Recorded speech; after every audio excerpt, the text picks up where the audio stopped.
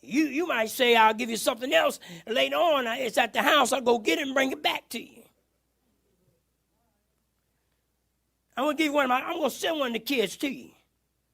And she said, well, thou give me a pledge till thou send it. Will you give me something until you do what you said? And he said, what pledge shall I give thee? And she said, thy signet and thy bracelets and thy staff that is in thy hand. And he gave it her. Because sometimes a man would just lose his mind. Gave her all of this stuff.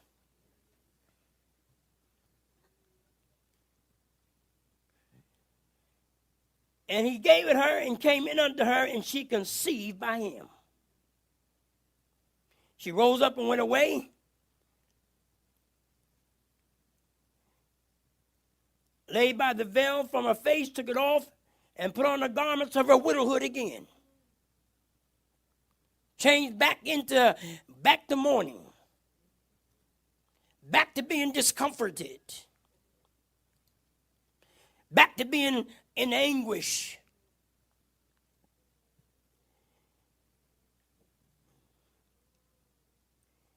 In verse 20, and Judah sent the kid by the hand of his friend, the Abdullamite, to receive his pledge from the woman's hand, but he found her not.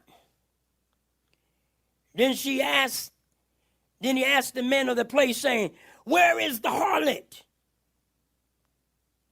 Man, it is bad when folk call other folk names. If you lay with a harlot, what are you? Y'all ain't going to talk to me. We're good at throwing names out. We're good at calling other folk liars. We're good at calling other folk cheats. We're good at calling other folk gossipers. And we're good at throwing judgments out. And looking for the harlot now. Looking for the harlot.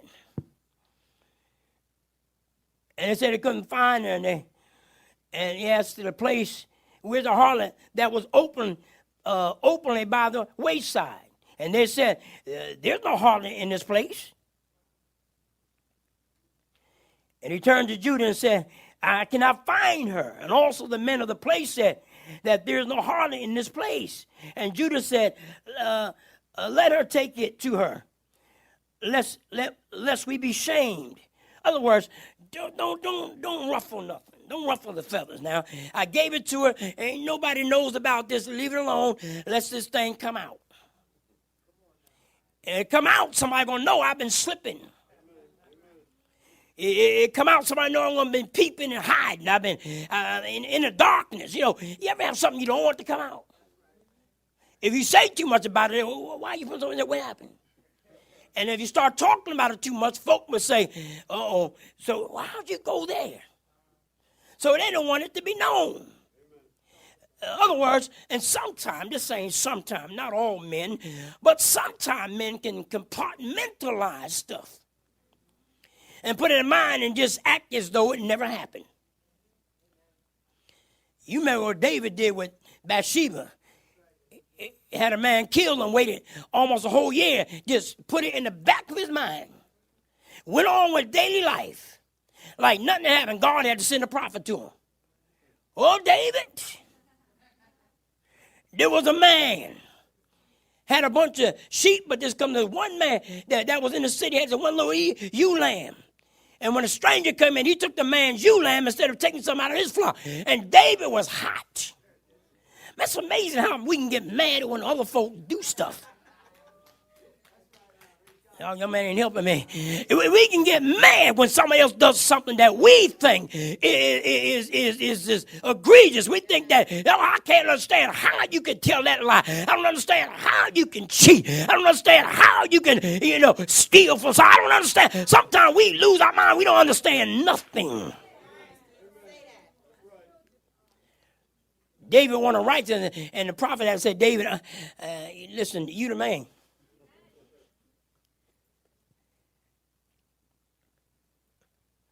So he's wondering, there's no harlot here. Let it be alone, lest we be ashamed. I keep trying to get somebody to be a recipient. Hey, let's give this sheep, when you find a harlot, give it this goat from out of my flock. Hey, what's that for? You get folk asking too much questions. You know, when you say, don't let the cat out there. And it came to pass about 3 months later, or after that, it was told Judah, saying, Tamar, thy daughter-in-law, has played the harlot. And also, behold, she is with child by whoredom. Other words, she ain't married. You know the names they call folk that don't have husbands? They still do it today. They ostracize them and they put them out there. And the truth of the matter, that all of those women that have those children, you got to know there's a man attached to it somewhere. And usually the woman gets all the scorn and the man gets off scot-free. Well, he's a soldier. He's a police officer. He's a fireman. He works in the community. And sometimes they dismiss who the daddy is. And the woman got to take all of the guff.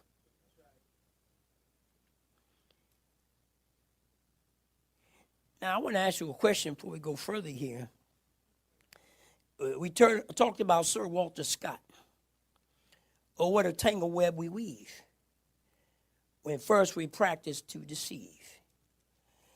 I wonder, Judah being this upstanding leader in his community, did he have a plan to really fulfill what he said he was going to do? Did he ever plan to do it?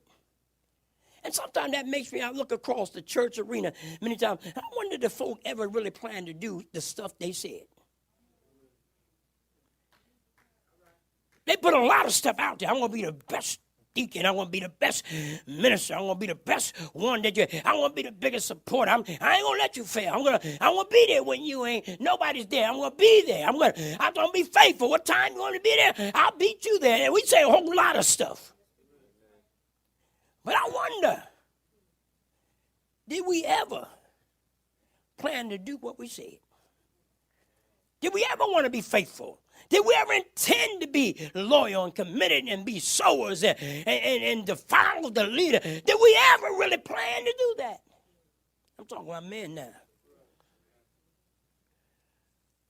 They say men say things to save face. They'll say what needs to be said, so they don't look, they're not looked down on. Oh, okay, yeah, he said he's going to do that. And many times it falls through. Now watch this. And it came to pass, verse 24, about 3 months after it was told Judah. Let me just rest here for a minute. Hold on. Judah now has weaved the web. Is he trustworthy yet? Has he come to his sense yet? They're bringing it to the offender. Sometimes, listen, I don't know if you ever did that. I don't know if you ever suspected something. And when you suspected it, you actually start talking to the person that was the perpetrator. But you didn't know they were the perpetrator. But you were talking to the perpetrator and say, I think so-and-so, and you're talking about a situation, and all the while they know what you're talking about. But then, you're talking about me. No, they ain't going to tell you they're talking about them. What makes you feel? They ask you 100 questions. What give you that thought? Somebody say something to you? Why are you going there? Maybe it ain't what you think.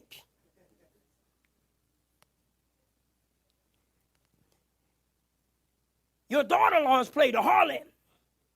She's with child. And Judah said, bring her forth and let her be burned. Burn this woman. Burn her up to get sin out the camp. Get sin out the ministry. But hold on here. Before you jump to any conclusions and come rash with your judgment, we got to ask some questions here. Sometimes we're going to ask enough questions. Have you? Just ask your neighbor. Just look at somebody, man. Just grab somebody and say, have you? Just ask them that part.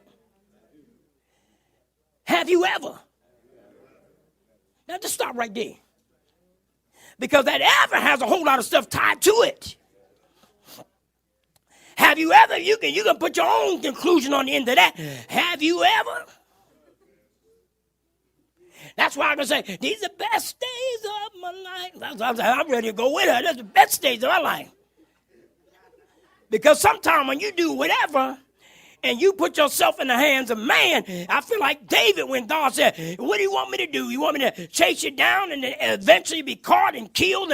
You want your enemies to run after you? And David said, no, God, what I want you to do, I'd rather be in your hand. Don't put me in the hand of man if I'm going to get messed up. God, don't let me get messed up with folk because folk would kill you, acting as though their hands is clean.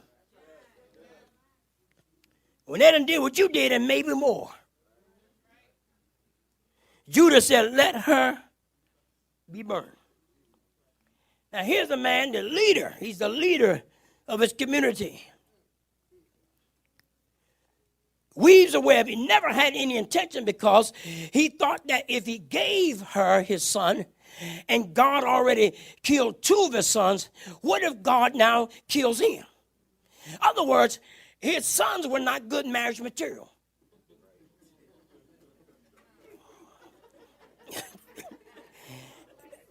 Y'all better help me out on this one. Some of y'all parents know your kids. Now, you got them running out to the school and having all kind of fuss and stuff with the teacher, and you go out there and act like they upstanding citizens. They talking back at you at the house. Why would you think they ain't talking to the teacher like that? If you let them talk to you like that at the house and give you all kind of back lip, you got to tell them 20 times, and you take the game and they get another game. They got stuff all over the place. You say open the door, they shut the door on you. Come eat, you go eat. This get terrible, and then I can't beat the child down. Because you know when you beat them down, guess what they're doing? 911. They call 911 on you. Come to the house, I just got scratched about my dad. I mean, this times are dangerous. You can't do what you used to do. You go ahead and let that child eat that bar of soap like my mother did me when I said something. I had bubbles all in there. And that soap was different than the new soap they had. The new soap, that bar of soap wear out quick. Take a shower with that, it's down here. The ones they had back in them days, that stuff had something different in it. When you ate that soap, you weren't cursing no more. You were delivered. I don't know about the Holy Ghost, speaking in tongues, nothing. But ate that soap, I ain't never did nothing again. They eat soap. Delivered immediately. In the name of soap.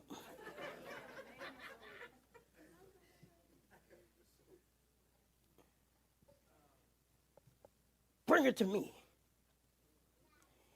Verse 25, and when she was brought forth, she sent to her father-in-law saying, by the man so he sends for her, and she sends back to him and says, by the man whose these are, am I with child? And she said, discern. You got so much Holy Ghost. Discern this. You weave your web to deceive. You knew what your intention was. Yeah, you're supposed to give me your son, but when you didn't give me the son, so you went off on the side and you got exposed that you have some weaknesses in you. And when she came along playing the harlot, he went for the okie doke.